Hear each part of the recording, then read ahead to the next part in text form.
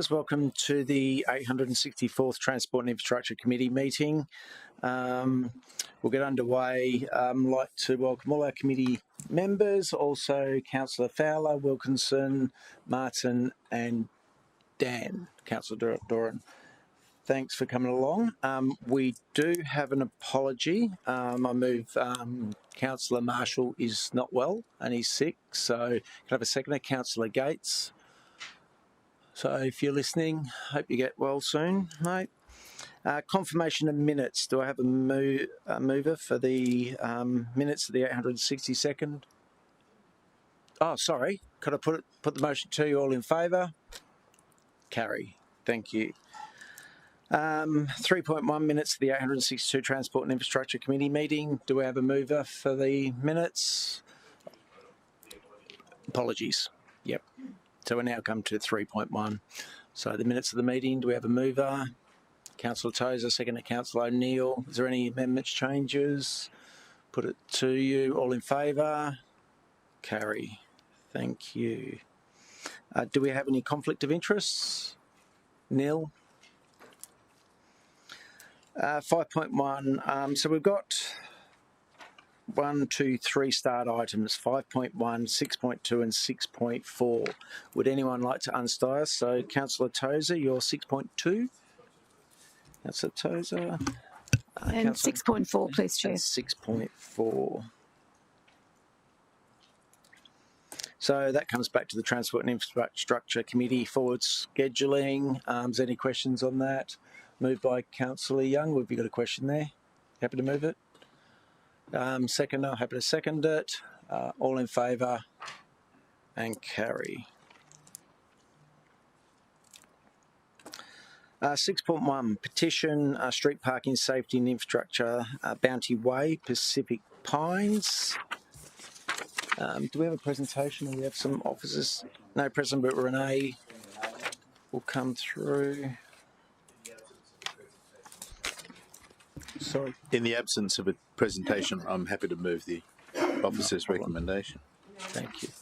Happy to move it. Councillor Young, Secretary Council Hamill. Do we have any questions? No questions. Okay. So, Councillor Young, did you want to speak? I'm grateful for the thorough report.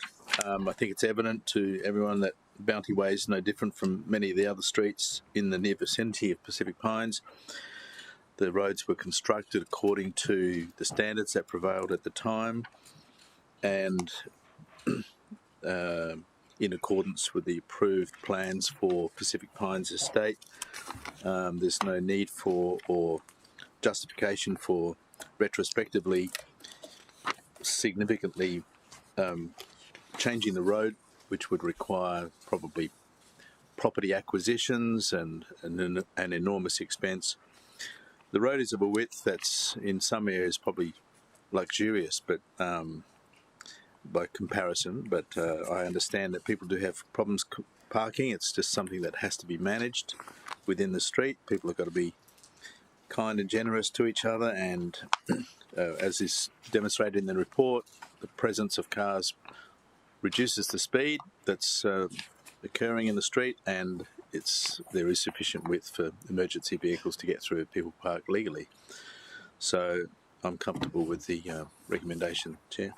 Thank you. Does anyone want to speak against the motion? Put the motion to you. All in favour? Carry. Thank you.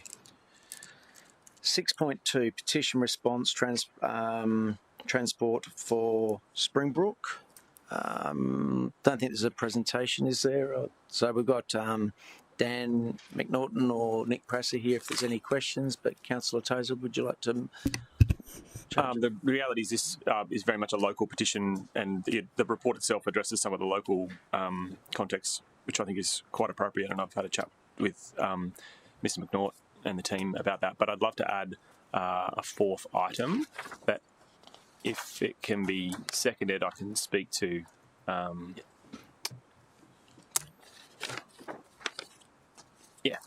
If I can get someone to second it. It's about writing a letter to the Minister asking for a state-funded. Yeah. Councillor Hamill's happy to second it. Yeah. Do you want to speak to it? If I could just speak to it, yeah. So the reason that I've asked for this to be put in and asked the Mayor to write to these ministers is for two reasons. Firstly, there is no doubt there's a small community on Springbrook Mountain, and there's only really, I think there's about 700 people living up there. It's a bit fragmented where they live. But what can be certain is that the types of people who choose to live in Springbrook live there for two reasons. Firstly, because they love the natural environment, which is lovely, but sometimes just because that's all they can afford. It is an isolated community with significantly lower home values, and there's some people up there who really do need some services. The other thing that isn't in the report that I think was probably we probably should have captured a little better is that there's somewhere between 300,000 and 500,000 visitors to Springbrook each year for tourism reasons, and they're not travelling on a bus. They're travelling in their own cars. And what we find is on the weekend, particularly in peak season, there's just cars everywhere, to the point where they're really parking unsafely. And the idea that we lobby or ask, the state government and the Minister for Tourism in particular to have regard for this. We're promoting one of our top 10 destinations that we promote on our website. When we check all the Experience Gold Coast, I think 6 of the locations are hinterland type activities. People are looking for these nature-based tourism activities, but we're only enabling that 300 to 500,000 visitors to do that by car. And I think there's a piece here about not just providing a public bus service for the 700 residents and some of those at-risk residents, even though that's important, but it's actually about coming up with an alternative transport solution who people are visiting it for tourism reasons. Frankly, I think one route up in the morning and one route down in the afternoon is really all we need. We don't need an hourly bus service, but people spend a day in Springbrook and they need a public bus system or something like that to help them. So the reason I've asked for this to be changed is just to add that and ask that the Mayor write to the Queensland Minister for Transport on those grounds and the Minister for the Tourism. It can be the same letter, but yeah. Thank you. Does anyone want to speak against the motion? Anyone want to add to it? Councillor Tozer, want to close? Okay, we'll put the motion to all in favour. Carry.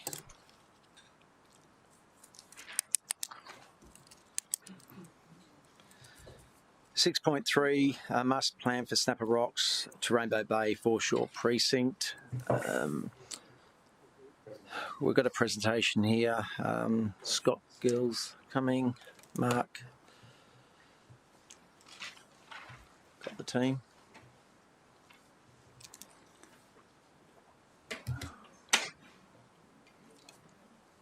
Scott and Rachel's there. Ross.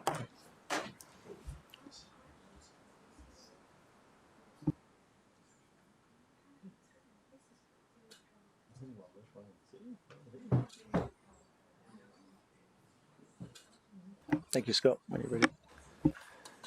Good afternoon, councillors. My name is Scott Gillies. I'm the strategy lead for the Our Coastal Lifestyle Strategy. Today, I'll be presenting on and seeking endorsement for the proposed master plan for Snapper Rocks to Rainbow Bay Foreshore Precinct. It's been a real team effort to get to this point. And today's no different, so I'll be joined by my colleague Rachel from the Community Engagement team, who'll be presenting the results from the various phases of community engagement throughout this master plan development.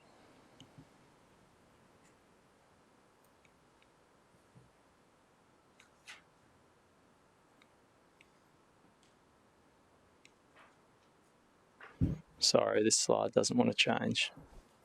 It's trying. Yeah, there we go. Okay, so in today's presentation, we'll have a look at the background of the precinct as a whole. We'll take a look at the approach that we took to the master plan, the community engagement approach. We will present the final draft master plan, and we'll also touch on the action plan which underpins that draft master plan. So the precinct itself is comprised of 4 sub-precincts. So starting on the eastern side of Greenmount Headland, we have the Rainbow Bay Foreshore Precinct, followed by the Snapper Rocks and Apex Park Precinct. And you can see Froggy's Beach there, and finishing in the southeast at Point Danger. The project drivers behind the proposed master plan are, there's a few key factors there. The first is a declining condition of a variety of community assets in the area. We also have a need for greater coastal resilience outcomes in this precinct, and we have an increasing population year on year accessing this beach compartment and the overall precinct. Some specific projects that are flagged for the area are the Snapper Rocks seawall and the proposal to extend that seawall around to Rainbow Bay. A renewal of the section of Ocean Way at Snapper Rocks Road, which is currently non-compliant. A renewal of the Apex Park amenities, which sit up on the hill and are not DDA compliant. We have the Rainbow Bay Surf Lifesaving Club, which is ageing and in need of a redevelopment. We have boardwalks and stabilisation works required at Point Danger and Froggy's Beach. And overall, there's just some safety issues down in this area, mainly around Snapper Rocks Road, where we've got vehicles intersecting with pedestrians, and we've got a very high visitation in this area. This slide just gives you some visual cues on some of the issues that we've got in the area. You can see we've got that non-compliant section of Ocean Way sitting directly adjacent Snapper Rocks Road. You've got people spilling onto the road when they're trying to pass each other. We've got a lot of traffic congestion in Snapper Rocks Road itself. You can see that the Rainbow Bay Surf Lifesaving Club has to contend with that road when they're trying to undertake their activities. We've got industrial bins, gas bottles, kegs, etc. sitting in plain sight in a prime foreshore area, which is not ideal, and they're being serviced by commercial vehicles regularly. We have some assets in the area which are probably not fit for use. You can see that we have a barbecue spilling out into a car park down at the end of the cul-de-sac. And in that last picture, you can see the toilets sitting up on the hill, which aren't very accessible at all. So we'll take a step back and have a look at some of the site characteristics. So Snapper Rocks has some world-class surfing amenity. It is home to the Superbank. I'm sure you've all heard of the Superbank. It is without doubt one of the best right-hand point breaks in the world. It's also part of our World Surfing Reserve here on the Gold Coast. There's some stunning natural assets around this precinct, ranging from basalt formations, rocky headlands, some beautiful tidal pools and white sandy beaches, and it's all linked together with some lush coastal vegetation. There's some important landmarks and memorials in the precinct. Up at Point Danger, we have some maritime and Indigenous plaques. We have the Rainbow Bay Surf Lifesaving Club, which the community greatly values. We have National Surfing Reserve plaques down at Snapper Rocks. From an ecological perspective, we have a rich and diverse ecology which is shaped by all of the coastal influences of the area. And of course, we have Rainbow Bay, a beautiful bay which is sheltered from the predominant southeasterly winds which we get here on the Gold Coast for most of the year. So how are people using this site? Well, not surprisingly, surfing features prominently. Snapper Rocks and Rainbow Bay is a breeding ground for elite surfing talent.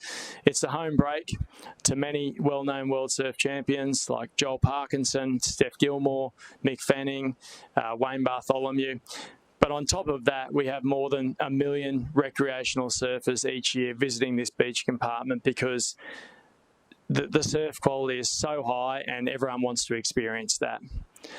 Because of the high quality surf amenity down there, we are lucky enough to host international surfing events every year. So the World Championship Tour comes each year and runs international events there. We're lucky enough to have the world's best surfers at our home break here.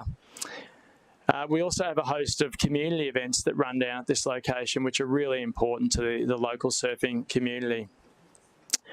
The precinct is an area for social gathering, so whether that's on the white sandy beaches or within the foreshore parks, or maybe it's at the Rainbow Bay Surf Lifesaving Club, which the community have told us they greatly value. It contributes to the village feel and the charm of the precinct. There's some great nature and sightseeing opportunities there. You've got some elevated areas where you've got views right to the south of the Tweed coast. Up to the north, you can see right up to the Surfers Paradise skyline and beyond. And of course, we've got Rainbow Bay, which has more than 2 million visitors in 2024, and that's growing year on year. I'll now invite Rachel to speak to the community engagement insights from phase 1.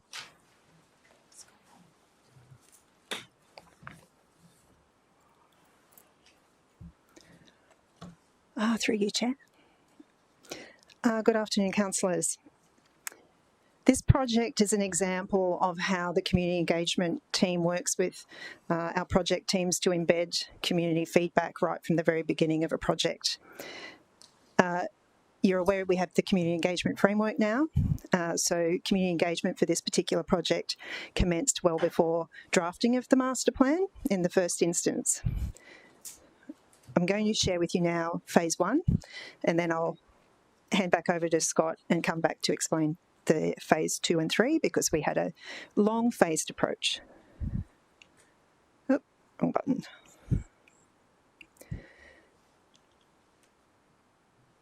Community consultation for phase 1 commenced in 2024, and it aimed to identify and understand 3 key themes. What did the community love about the precinct? That is, what needed to be retained? What challenges did they experience within the precinct? That is, what did we need to address, improve, replace, or create? And what were their priorities for the future? That is, how did they see themselves using the precinct in 20 years' time? And what were their priorities for that? It's a challenging question for humans. They don't often think 20 years into the future, and they think that their current priorities are the same as what will be in the future, unless they're prompted to think about it. This particular question also helped explain to community that we were thinking long-term and that the draft master plan would be a 20-year vision. We recognised the unique and isolated nature of the precinct, as well as its high-profile priority as a destination for surfers, day trippers and tourists. Even though it was a citywide consultation, we prioritised the local community, residents nearest to the precinct, and regular visitors to the precinct. We started with 3 workshops in what we term a qualitative consultation process, where we're looking for qualitative data. Those 3 workshops were made up of community, including local community groups. There was a sporting and business workshop, including representatives from both local and state organisations, and environmental workshop, again, with representatives from both Gold Coast and state organisations. Starting with workshops is a tactic that we use, particularly with complex consultations, whereby we can identify early key themes and issues that we can organise to share with the wider community and broader audience. This synthesises themes and issues, reduces overwhelm and disorganised feedback, and allows for impactful data. So following those workshops, we went out to the broader community for consultation, the quantitative part. We used the survey tool on GC Have Your Say, an ideas tool on that same platform, and we did 3 pop-up kiosks on the Foreshore. We received just over 1,000 feedback surveys for that particular phase, which is a strong result for a targeted, localised consultation. And we identified those 4 themes there as being the priorities for the community. Preserving the natural environment, preserving the unique characteristics, improving facilities and the amenities, and improving accessibility. I'll hand back over to Scott.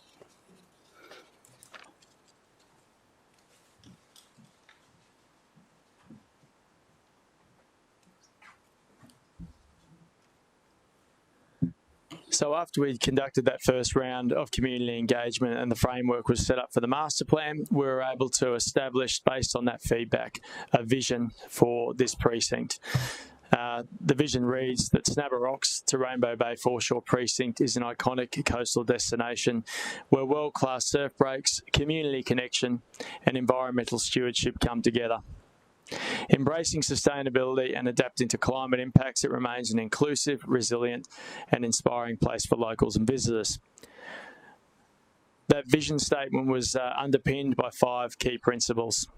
The first was valuing health and interconnectedness, and that was recognising that this space was a place for visitors and locals to come together in a safe and healthy way. The second was that the community was at the heart of decision making. This was a place the community wanted to retain the village feel, we heard that loud and clear, and that co-stewardship was important in developing this plan. The third was a place to recognise, preserve and regenerate, and that means prioritising space for relaxation and recreation, bringing together local knowledge about why this place is unique, but also responding to the variability of our coastal systems.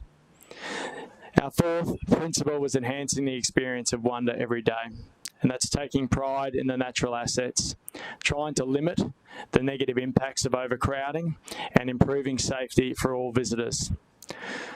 And the last key principle was celebrating surf culture and a deep connection to nature, honouring the surf culture and the people that come to enjoy and experience the Superbank, creating spaces that embrace the connection between the sea and the foreshore, and integrating surf amenity into the landscape character.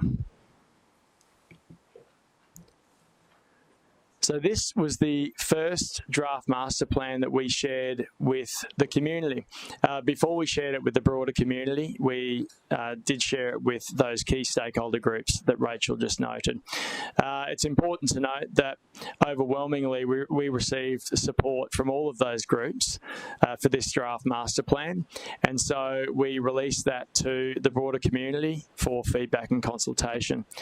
I'll invite Rachel back up to the stage, who will just touch on the results for phase 2 and phase 3 of the community engagement.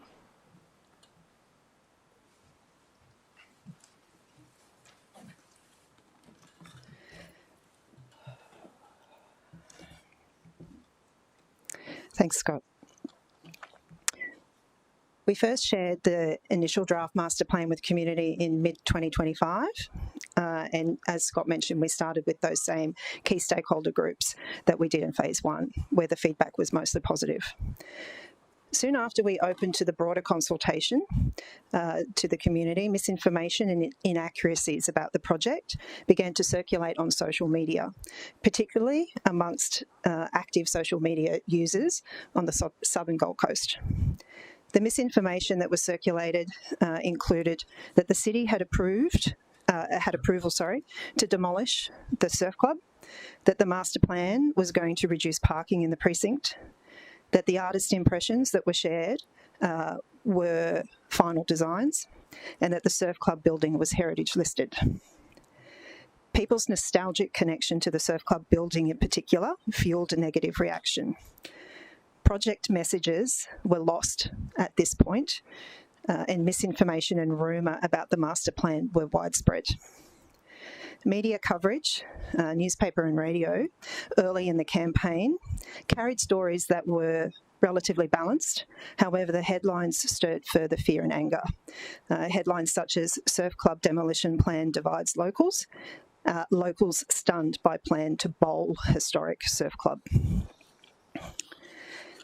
We undertook reactive measures at this point when the misinformation started spreading. We updated the GC Have Your Say webpage to highlight the facts on the topics that were being misrepresented online. We did a letterbox drop to the local residents in the precinct outlining the facts and the topics that were being misrepresented, and encouraged them to come to GC Have Your Say to get the proper information. And we extended the consultation period by a week. We received a high number of survey responses during this phase of consultation, particularly driven through the media coverage and the social media activities. Open text responses showed many respondents were echoing the misinformation that was circulated on social media. This resulted in data that we couldn't have great or complete confidence in as an accurate reflection of the broad community sentiment on the entire master plan. While the results showed a 77% of people were unsupportive of the draft master plan, a lot of respondents were reacting to a single issue stemming from that misinformation or the inaccuracies, a protest vote if you like. Outside of the Surf Club and Snapper Rocks Road, there was little mention of other aspects of the draft plan. We also knew that it showed 80% of respondents indicated that they found out about the survey and consultation on social media.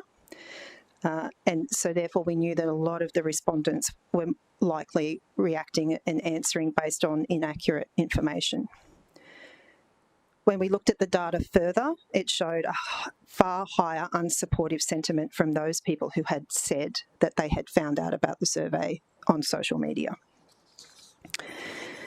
The Surf Club was the most mentioned topic also in the open text responses. Of the 1,127 text responses, the Surf Club or versions of that wording was mentioned more than 600 times. And much of those mentioned don't demolish the building. Despite the challenges from that inaccurate public narrative, on analysis of all of the engagement, surveys, stakeholder workshops, pop-ups, we were still able to clearly establish key themes that were important to address. The Surf Club, there was a strong emotional attachment to the club and the clubhouse, in particular the way it looked in that veranda and the view. The community linked that look and feel of the building with the identity of the precinct. Snapper Rocks Road and the parking, the surfing culture and quintessential surf check from Snapper Rocks Road was strongly articulated, as was the desire to be able to park close to the beach. And there was a very strong sentiment of do nothing, leave it as it is.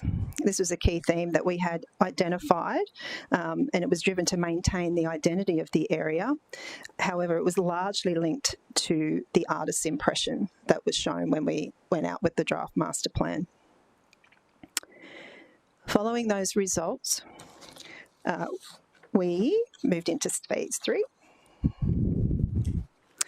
I would just like to note that the icon there, councillors, the GC Have Your Say responses, hasn't been updated with the 536 that's mentioned in the results. So just note that. Apologies for that. Considering the issues that impacted from phase 2, our lack of confidence in the data regarding the whole draft plan and the strong key themes that needed to be addressed, the project team commenced work on refining the draft master plan to address the feedback and better reflect community input. And we began designing a third phase of engagement in which we would go back to the community with an updated draft master plan. In this phase, we needed to correct misinformation, inaccuracies and negative narrative, emphasise the master planning and decision-making process and rebuild trust, and present the information about the updated draft master plan in a way that might mitigate further misrepresentation and increase understanding. We did this. To do this, we removed the artist impression and showed a possible surf club design, and we replaced that with a sketched style to avoid looking final and to reiterate to the public that there was no design and no decision. We structured the GC Have Your Say page and survey in a way that broke the survey down into individual questions that provided the information for each key theme as it went question by question, with the intention of trying to improve understanding about the draft master plan and the drivers for each key theme. And most importantly, we sought to clearly demonstrate how community feedback from phase 2 had influenced this updated draft master plan that we went out with in phase 3. Questions addressed those key themes and updates so that we could show you said, we did for each topic of concern. And we used that you said, we did language. For example, you said you value pedestrian safety, but also value the ability to check the surf from your car. So we've updated the plan to include a ring road that keeps car access and improves safety for everyone. Key messaging also addressed the notion of leave it alone and that doing nothing was not an option, as upgrades were essential to protect the precinct. This included a short video capturing the key drivers behind the need for the plan. We increased our outreach, 2,700 direct communications with community members, and our availability. We did extra pop-ups on the Foreshore where we spoke to more than 550 people. This was to ensure that all community, including those people who had previously given feedback and were not supportive of the plan, the opportunity to reassess, re-engage and provide further feedback. The final results for Phase 3 showed a dramatic shift in community sentiment from Phase 2. Phase 2, we had very low support of around 16%. At the end of Phase 3, there was a 59% overall support for the updated draft plan. For those who remained unsupportive overall, they still wanted no change, don't do anything. There was an anti-development, anti-government sentiment. Parking and traffic continued to drive a negative sentiment despite increased parking in the updated plan. And there was a view that the plan would not protect the unique small town characters of the precinct. Phase 3 had the highest level of participation from Division 14 residents as compared to Phase 1 and 2, with more than half of the respondents in Phase 3 being residents of Division 14. Overall results for all of the community engagement we did for this project over the course of almost a year. This was September, Phase 3. Over 28,000 visits to the project page, over 2,800 responses to the surveys, over 1,300 conversations with members of the community across pop-ups on the Foreshore, and 6 workshops with key stakeholder groups. And I hand back over to Scott now.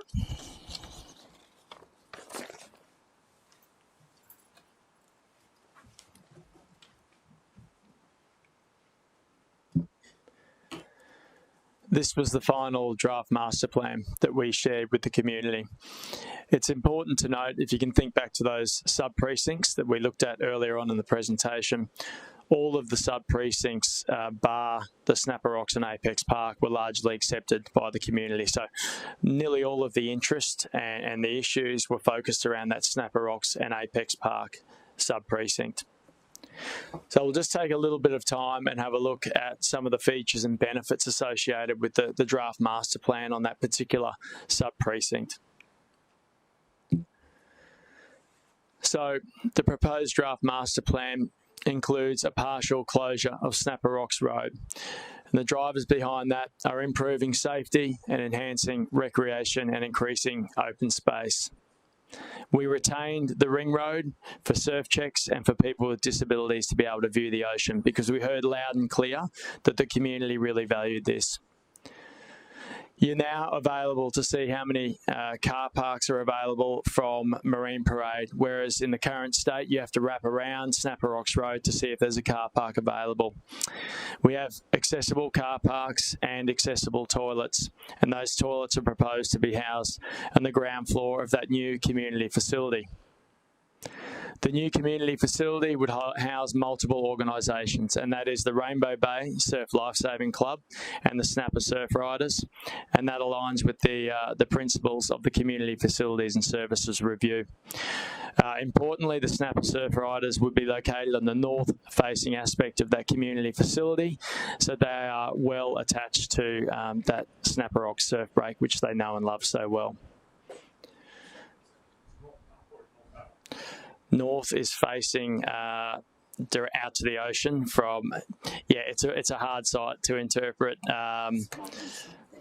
So, sorry, to the left. If I ask the question properly, so my question is, you said the Snapper Surf Riders are going to be on the north facing of that, what is, looks like an L-shaped building. Yes. Do you mean on the right-hand side of the L shape or the left-hand side of the L shape? Yeah, through the chair, that would be on the right-hand side of the L shape, overlooking Snapper Rocks. Cool. It's a confusing orientation.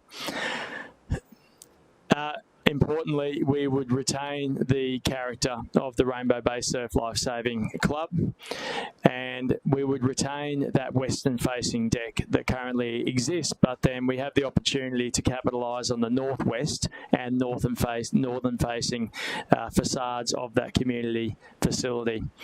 If you have a look in front of the entrance of that facility, there is a large plaza area for the community and for the Rainbow Bay Surf Lifesaving Club to conduct their activities, and are now able to access Rainbow Bay without any interactions with vehicles. There's an Oceanway upgrade, so it would be compliant throughout that entire Snapper Rocks Road area. There's an uplift to prime viewing areas in Apex Park and Point Danger, and the design is trying to enhance connections between those sub-precincts, because right now we have a lot of congestion around Rainbow Bay and Snapper Rocks. I just want to walk... Councillor O'Neill. Just that's through the chair. Scott, probably good to point out, it says no vehicles there, but would be emergency vehicles. Would it be able to access the end of the point? Is that correct? Yeah, through the chair, emergency vehicle access will be integrated into the design. I just want to have a look at some current and future state scenarios, again, focused around this Apex Park and Snapper Rocks Road area. So you can see currently, if we look down towards the end of Snapper Rocks Road, you've got a foreshore area which is dominated by the road. We've got vehicles intersecting with pedestrians. Car parks are currently being used for long-term parking and overnight stays, and that's not the intent of these car parks. The toilets up on the hill are not particularly accessible, and we've got high traffic. We've got a high traffic area where these industrial bins and gas bottles are. In the future state, we're prioritising green space and shade around this foreshore area. We'll have a compliant Oceanway, so that should encourage active travel to the area. We'll have improved accessibility with the toilets being integrated into that community facility. And we're essentially prioritising the foreshore area for open space and recreation. This is a photo from the end of Snapper Rocks Road. It's a very similar theme here.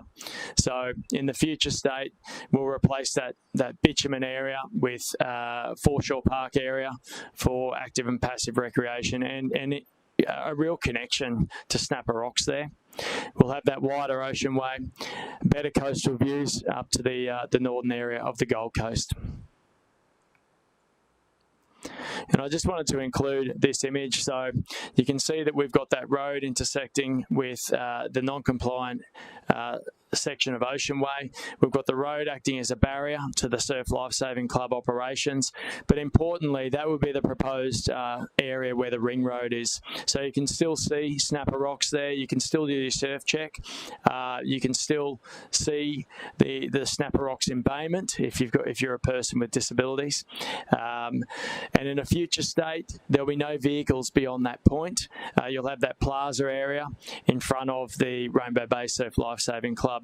You'll have an area for pull-in area for surf checks and put-downs and collections. We'll have the wider Oceanway, and we'll retain emergency vehicle access. Parking was a hot topic throughout the development of this master plan, so it's worthwhile showing a comparative analysis of the now and the proposed parking. So precinct-wide, we currently have 185 car parks. Under the proposed master plan, we would have 241 car parks, which is an uplift of 56 car parks precinct-wide. In the first draft master plan that we presented, a lot of the car parks around Snapper Rocks and Apex Park were distributed across various areas of the precinct, and the community told us that they wanted to retain accessible car parks close to Snapper Rocks Road and Apex Park. So if you have a look at the table there, you can see currently on Snapper Rocks Road we have 48 car parks. Under a proposed scenario, we would have 56, which is an uplift of 8 car parks. The current Apex Park car park, which sits on the back side or the south side of Apex Park, has 11 car parks. That would increase to 25 and give us an uplift of 14. Importantly, the additional car parks haven't come at the expense of open space. We have a modest uplift of open space from 7,500 square metres to 8,000 square metres, but the key point here is the distribution of that open space. So a lot of that open space is now sitting in that area where Snapper Rocks Road, or most of Snapper Rocks Road, currently sits. So we've really positioned that open space in an area where people want to recreate, and that is by the sea. The proposed master plan has an action plan which contains priority items. It outlines the city's role in achieving those actions, and it has timeframes and milestones split into short, medium and long term. So you can see a snapshot of the short and medium term actions for that Snapper Rocks and Apex Park area. So in closing, this master plan precinct is iconic for a number of reasons, namely the Rainbow Bay Surf Lifesaving Club and the connection that the community has to that building. It is also our epicentre for surfing on the Gold Coast. It's internationally renowned and it has a great impact on our economy, our reputation and our way of life. The project drivers are a combination of declining condition of community assets, an increasing population year on year, the ageing Surf Lifesaving Club and the need for better coastal resilience outcomes. The master plan presents a coordinated approach to asset renewals, and we're trying to do that with minimal impacts to the community. The master plan was shaped through community impact. The community has walked lockstep in the development of this master plan. It increases the available open space and available parking. And the key moves, which are designed to support increasing visitation, to support international events and reduce the amount of temporary infrastructure that might be required, to deliver enhanced safety and open space recreation outcomes. And that's the end of today's presentation, and I'm happy to field any questions on the Rainbow Bay Master Plan. Thank you, Scott and Rachel. Do we have any questions before we start? Councillor Young. Regarding the Lifesaving Club building, who owns that? I presume it's the club and it's leased. So when we're deciding about expanding that building or increasing the height of it or whatever, that's subject to the club, the owner, making an application to pursue that outcome. We're not going to be driving that. We're not investing in that, are we? So through the chair, no different to any of our other community facilities, we have there is a leased facility. Its condition is declining. They have been aspirational in their redevelopment desires over many years. It is one of the particular drivers for this master plan, in that the current arrangement of the site really constrains what they can do with their current building. Mm. The master plan has been done in concert with the club. We've engaged with them closely, and we intend to further engage with them with their redevelopment plans, and with a view to partner with them to, achieve outcomes at the same time. So, a good opportunity will be when we come through there and start rebuilding the seawalls. It's going to be a big construction site. That's an opportunity for them to partner with us to start redeveloping and reconfiguring the Foreshore area at that point in time. Thanks, Ross. Thanks, Chair. Yep. Councillor Tozer. I'm interested in the other comment that was made before about like the general scepticism from the community when they were engaging, and you talked about kind of anti-government sentiment and concerns or scepticism. I wondered whether, as a result of kind of coming back to the community, and what's the latest on that? How has that changed, if it has? Oh, through the chair, the sentiment, we had a large swing in sentiment, so we had negative sentiment in that phase 2. In phase 3, we had a significant swing. I think we're at 59%. Rachel, positive sentiment.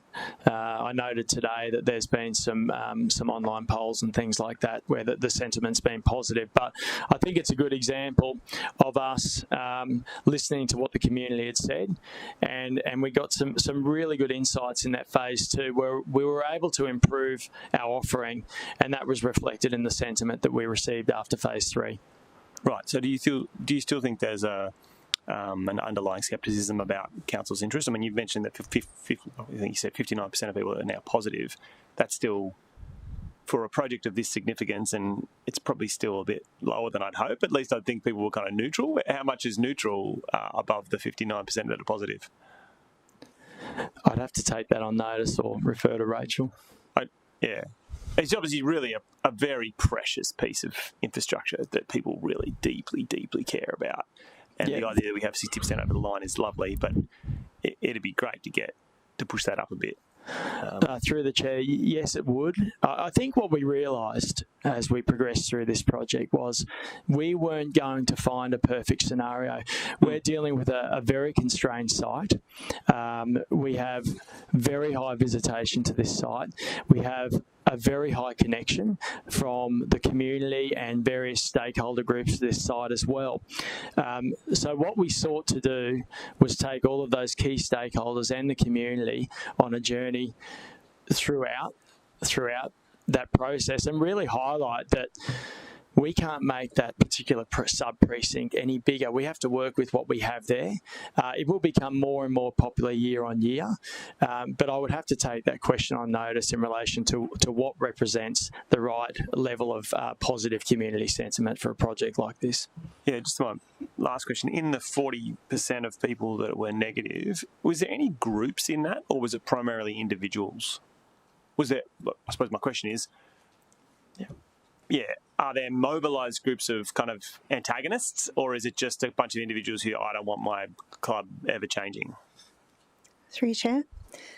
Councillor, the Southern Gold Coast is a very active part of the community. They're all active, all of the... For the purposes of today, talking about the Southern Gold Coast, in phase 2, there was that very low level of support. There was 77% were unsupportive. Okay.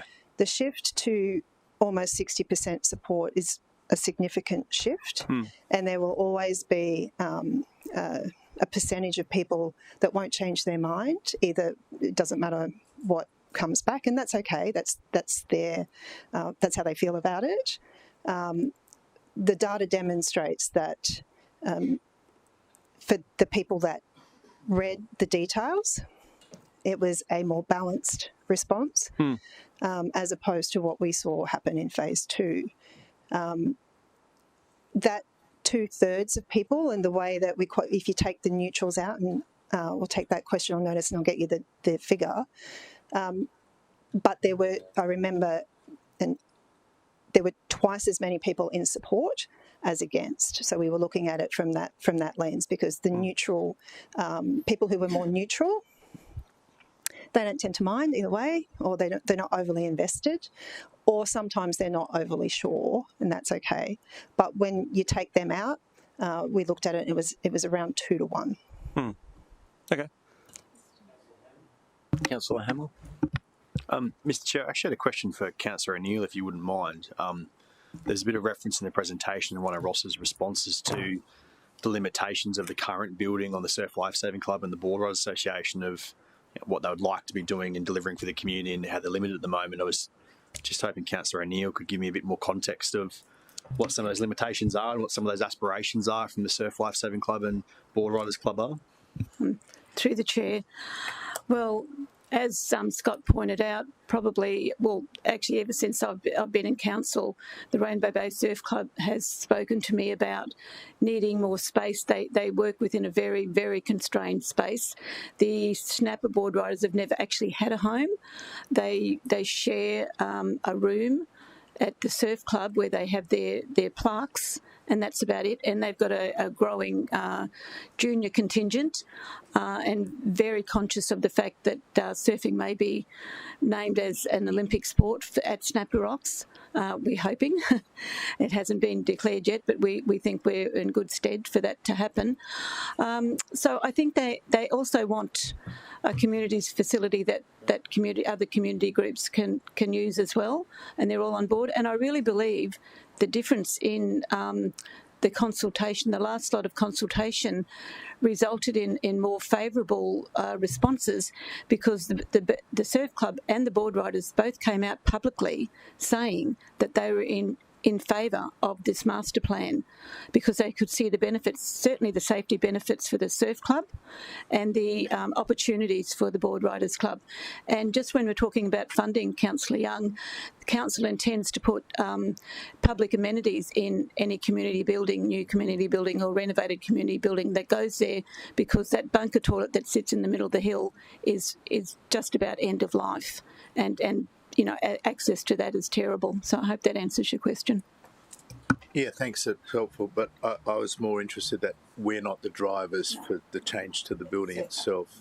Thanks. Councillor Hamill, you comfortable with the answer? Councillor O'Neill, you had a question. Did you want to follow up? My question was going to be to Rachel about whether she thought, as I believe, that difference in the positive to the negative was because of the surf club actually coming out and letting their members know what they thought at their AGM as well. Through Chair. Councillor, the endorsement of the Surf Club and the Board Riders Club is, they're key stakeholders, and they're the ones who the facility is there for. I can't say, because we didn't ask people whether or not they were a part of the club or they'd seen it. I think there were many factors in Phase 3, not insignificantly the update that the project team went to with the updated plan. Endorsement from key stakeholders never hurts, though. Councillor O'Neill, did you have a follow-up question? No. Councillor Martin. Thanks, Chair. Question on the sort of drive-in surf check option. So do you see that as, I was just interested in how many vehicles that would probably hold, and do you see that as a sort of like a 2-minute type set down, or how will that work? Through the Chair, that would be resolved through detailed design, I would imagine. But look, we haven't set any time limits on things like that. Right now, we have people driving down that road.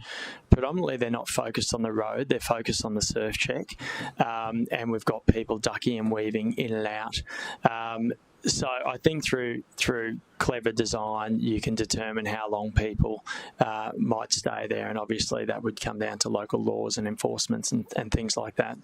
But the intent is for people to be able to retain that view of the surf, which they really value, and we didn't have that in the first draft master plan. So I think with this, what we're achieving is retaining that, yet giving a large portion of foreshore space back to the community, and a large area or outdoor area on top of the community facility building for the surf club to conduct their activities, because right now they're really confined to that building alone. They can't use any outdoor area there with the road in front of them. Thank you. And Chair, just one other one. Obviously currently we've got, not for this project, but community consultation about to kick off with the Burleigh Foreshore consultation, and I just see a lot of similarities, and just I guess my question is, can we just save like all of this and obviously overlay it with the other consultation? It'd be really interesting, I think, to see. Like, I think it's great that from Phase 1 we've listened to feedback, and it shows the community that we actually, it's not a fixed view and that will be taken on board, but I think there's a lot of probably learnings, and it'll be interesting to see that with another Southern Gold Coast coastal project. Do we have any more questions? Happy to move it, Councillor O'Neill. Do I have a seconder? Councillor Tozer, would you like to speak to it, Councillor O'Neill? Thanks, Chair. If other councillors are thinking that this process has been exhaustive, can I tell you that it has? And I first of all want to thank the team, Scott, Ross, Rachel, Kaz, all of the team. Honestly, it has been laborious, but it's for a good cause. I don't think anyone would deny, and I think we saw that even in the first phase and the second phase of consultation, that coastal infrastructure down there needs upgrading. And even though we had this sentiment coming across saying do nothing, in the same breath people were, and I was at all the pop-ups, people were also saying, but we do need to widen the paths. Now that's not do nothing. And what they're saying to us is that we need to upgrade the coastal infrastructure there. And seawalls, and as we know, seawalls are very important to coastal protection. I also think making sure that we present that area as a world surf break, world-class surf break, and holding international events there, I think at the moment it's looking deteriorated and poor. And I know that the Surf Club believes that about their own building as well. And I know everybody loves it. And I did hear someone say on ABC radio today that I love going on the deck, but I fear I might fall through it.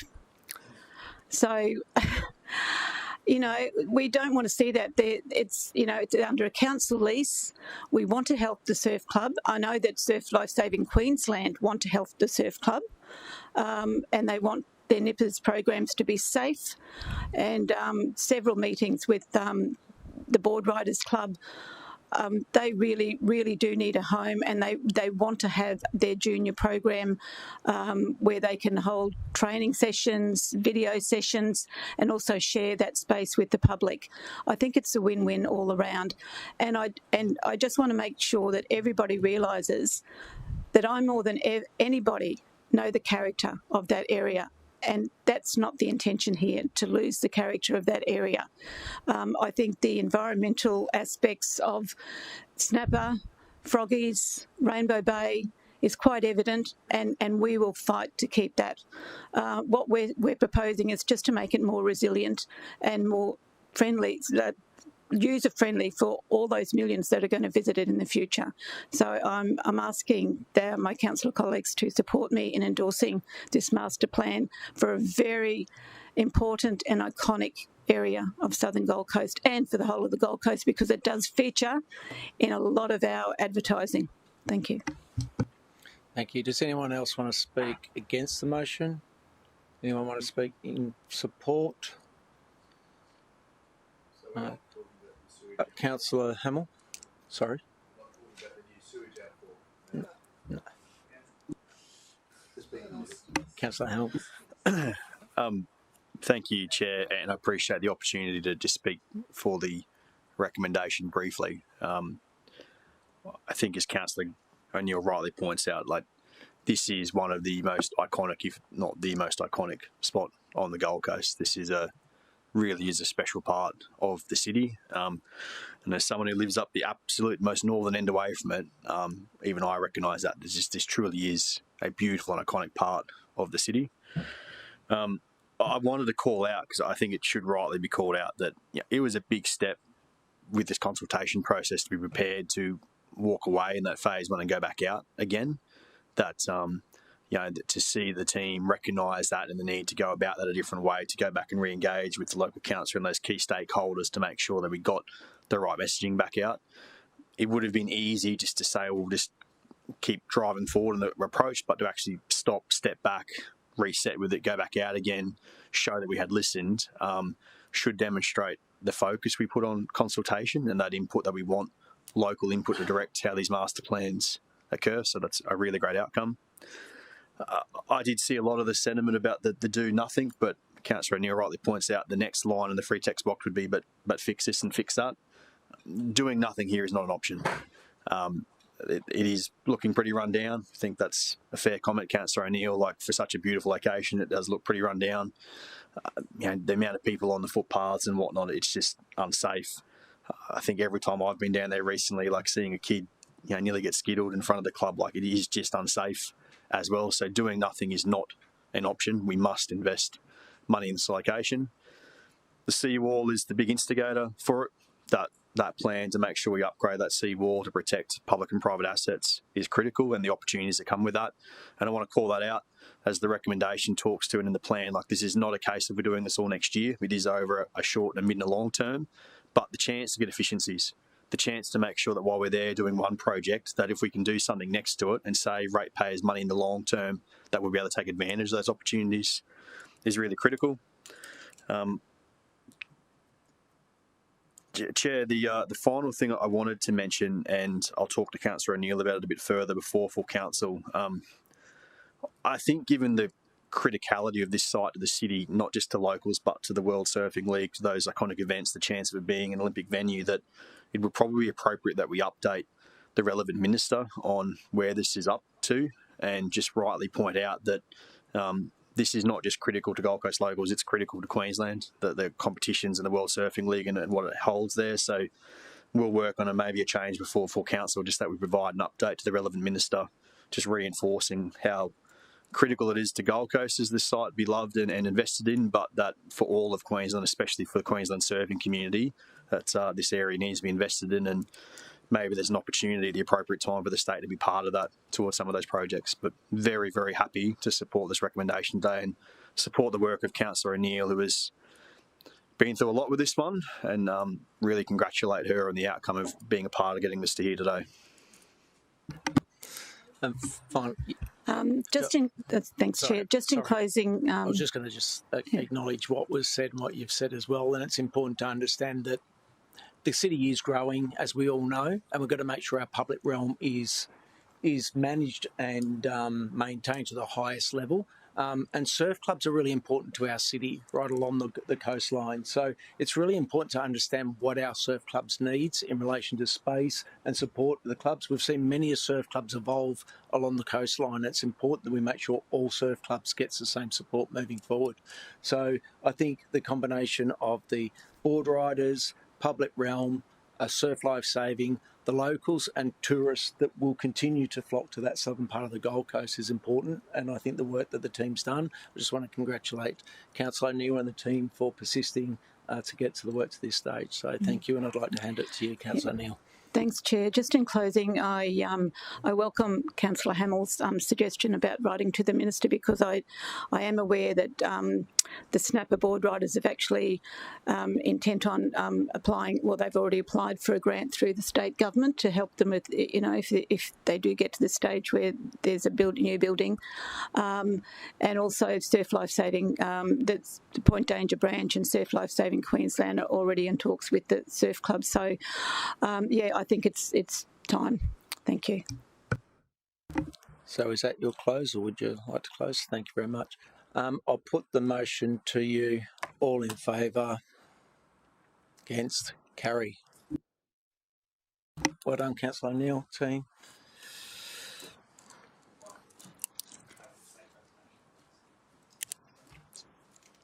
Sorry. 6.4, the Gold Coast World Surf Local Stewardship Committee Annual Report. We've unstarred that, so would you like to move it? Thanks, Chair. I've just unstarted to move it and to also just speak briefly to it. And I'm happy to see. As Chair of the Gold Coast Surfing Reserve Local Stewardship Committee, we do meet annually and present an annual report. And can I thank Scott Gillies for his efforts on that annual report? It's fantastic. I don't know if any of the councillors have read through it. It's quite a big document, but very important. Also, we are required to for this annual report to be sent to Save the Waves Coalition, which is a global organisation. So that will be sent, and that's already in the recommendation there. But I'm happy to take, if any of the other councillors have any questions on the committee. I think it's a very important committee. It brings together all the stakeholders about surfing amenity on the Gold Coast. And Scott presented updates on our surf management plan, our surf infrastructure master plan. There's all these acronyms that go on in this committee, but I think and our surf etiquette, how that program's going, and it's going very well, and I think it's been really accepted by the whole surfing fraternity across the Gold Coast. So very happy to put that motion forward today. Thank you. Do we have any questions? Does anyone want to speak to the motion? Against? Did you want to close? Good. Put the motion to you. All in favour? Against? Carry.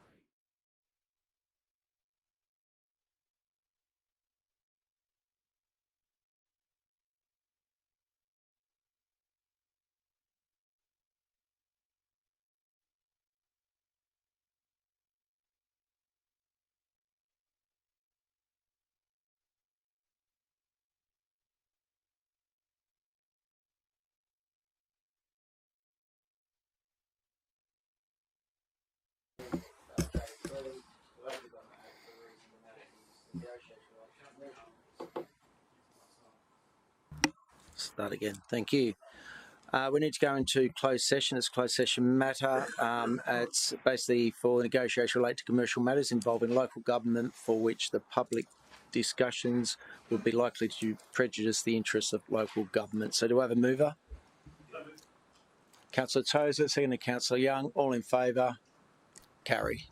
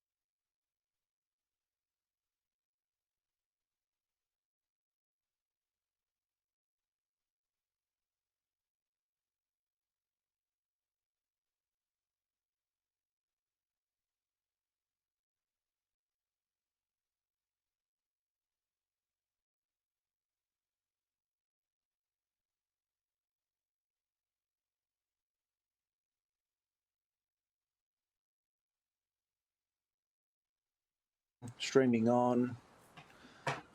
Okay, we've And now we've got to move that. yeah, correct.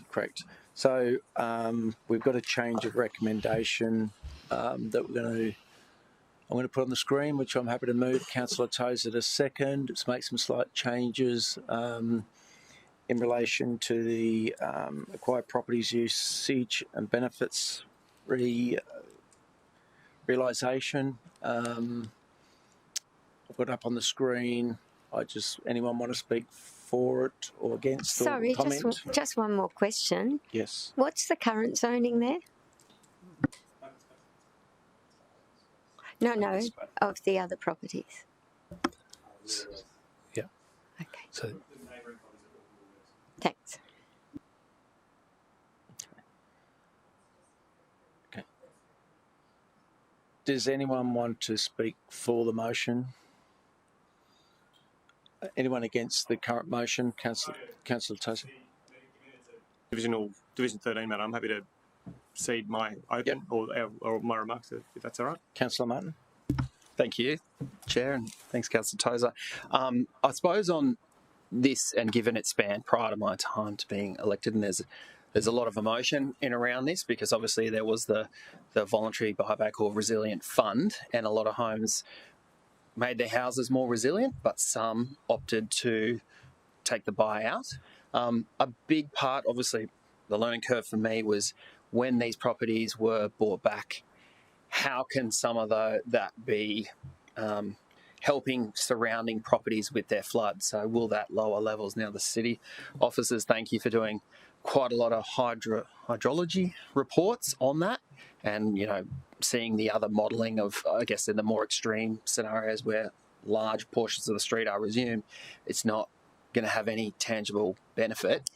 Obviously, it's changed a lot of the view around how this will help surrounding properties. So obviously noting the maintenance to the city and looking at other options. Now we're faced with this, and these properties are very separate and there are no connecting pathways. Supportive of obviously discussing with the state the best way to proceed that's conservative to the ratepayer, and noting the flood resilience and constraints of the area. So supportive of having that conversation with the state and how we move forward with these land holdings, and giving neighbouring properties the comfort that it's not going to further exacerbate issues for them. So thank you. Councillor Hamill. Mr. Chair, I do apologise. I need to ask a question about 5. I understand the intent of 5, but what we're attempting to achieve there is effectively delegate the ability for the CEO to progress divestment if that's what the state's advice is. Typically, we would write it as such to make it very clear that we're divesting that, we're giving that delegation to the CEO. So I'm happy to leave it for today, but perhaps the EGM could look before full council to update the wording to reflect how we would typically have that. Yep. Does anyone else want to speak against the motion or for the? Are you for or against? Sorry, just a follow-up question to that. I was under the understanding that there would be a further report after the discussion with the state. But, is that the case, or are you wanting authorisation to proceed? Through the chair, the recommendation was to provide the authorisation on either option, but proceed with divestment. But if there's a desire for a subsequent report, perhaps we would need to put that amendment. I just feel that the divisional councillor may want to interrogate anything that comes back from the state and to allow consideration by the council prior to taking any further action. I think politically that might be. Thank you, Chair. Through you, Chair. I was, and that's why I was really keen with 5 to be adjusted, that there's an engagement with myself as a divisional councillor. I think it's changed from advise, but I'm very open to the full committee for this to come back if that's the preference of committee. So if we can adjourn for 5-10 minutes to word up, or we're comfortable to adjourn for 5-10 minutes to get the wording right. So if we'll adjourn.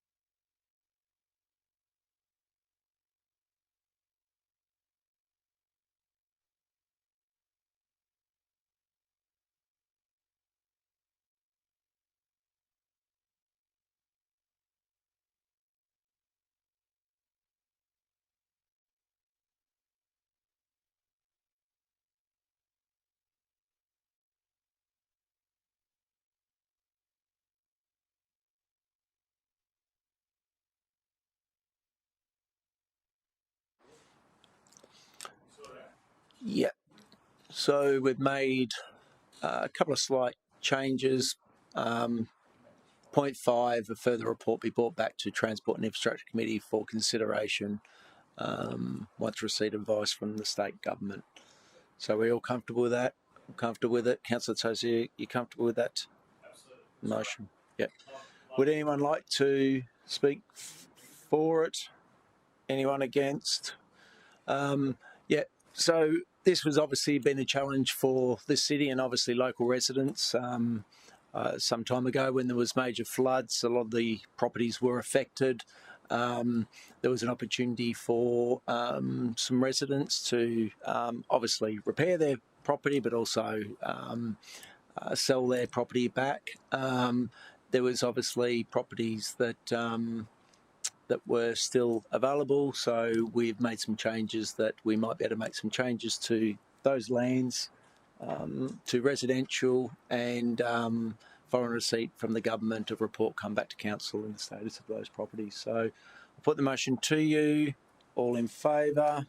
Against? Carry. Do we have any general business? No. So close 2:46.